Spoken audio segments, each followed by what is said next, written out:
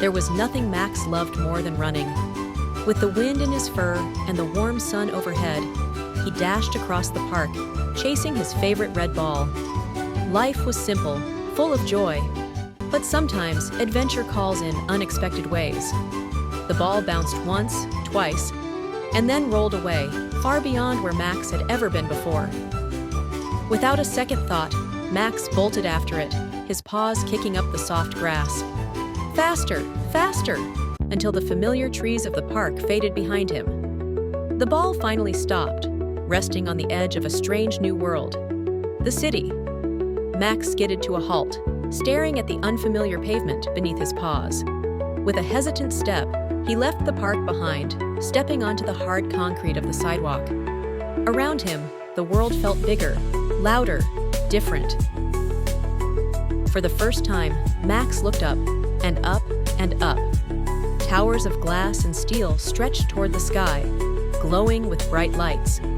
People rushed past, and the distant hum of cars filled the air.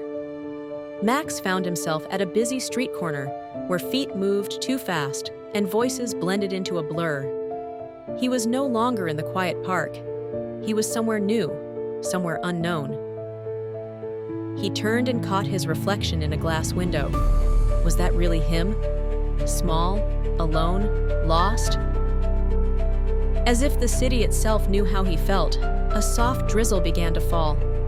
Raindrops splashed onto the pavement, forming tiny puddles that mirrored the city's glowing lights. Max let out a small whimper.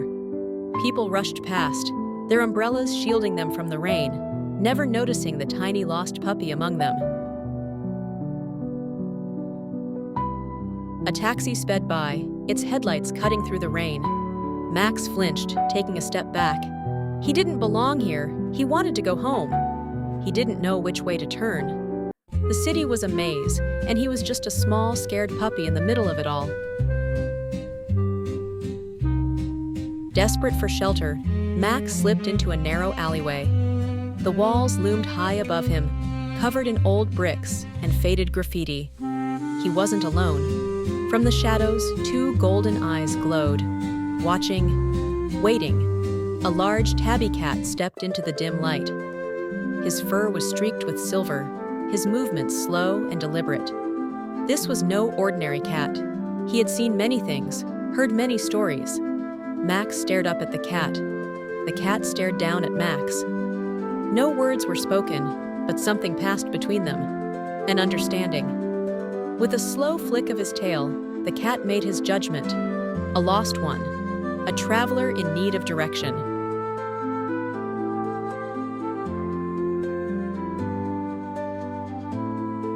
Max took a hesitant step forward.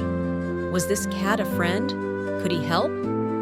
The old cat lifted one paw and pointed, ever so subtly, toward the distance. A glow of light in the night. The park. Max followed the cat's gaze. The park entrance shimmered in the distance. Was that where he needed to go? As Max turned to leave, the old cat simply watched, his tail curling like a question mark. Would the little traveler find his way? With cautious steps, Max entered a small city park. The grass, still damp from the rain, sparkled under dim streetlights.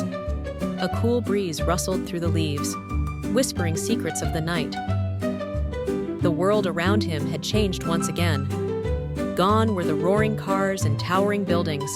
Here, things moved slower, softer.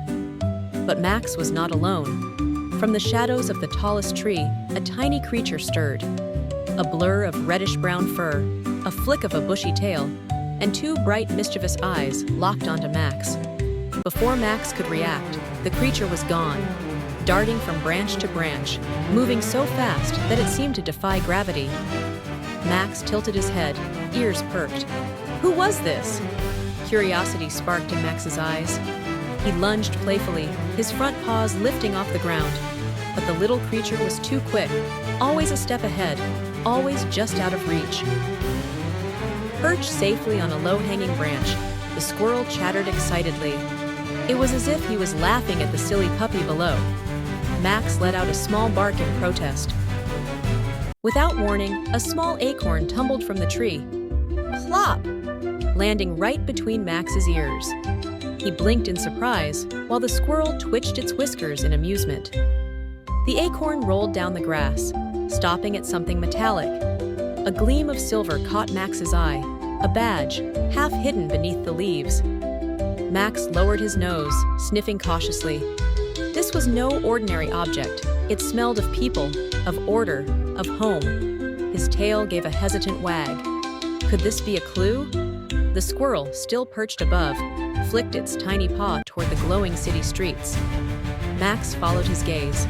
A building stood in the distance, bright and important. Was that the police station? Without hesitation, Max took off. The squirrel watched from the treetops, its eyes twinkling. Perhaps he had helped more than he let on.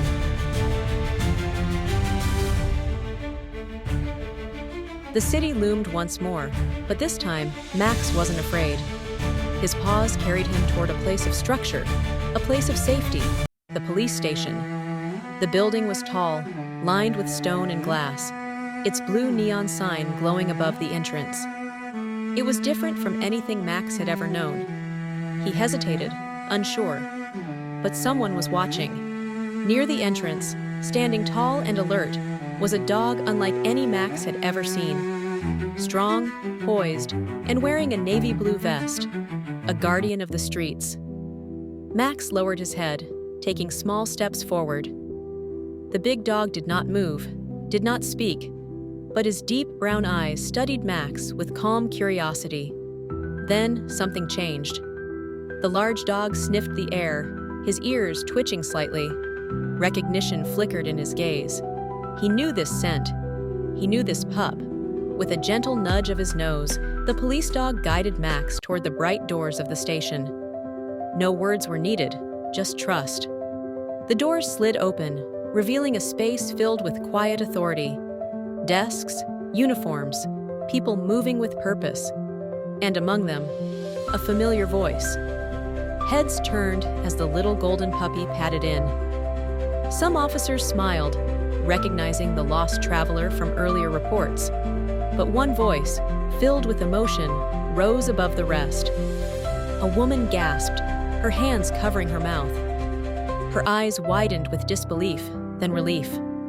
"Max?" she whispered. The police station doors swung open once more, and a young woman rushed inside. Her hair was damp from the night air, her eyes wide with hope. Max turned toward the sound of her voice. Recognition sparked. His tail wagged, slowly at first, then faster, faster than it ever had before.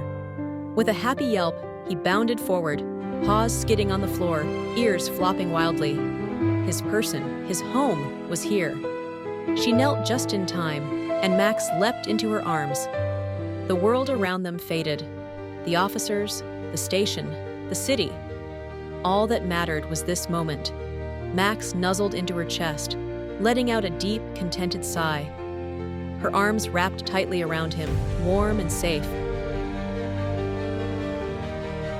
That night, in a home filled with love, Max curled up in his favorite spot, his own little bed, beside the crackling fire. He was warm, he was safe, he was home.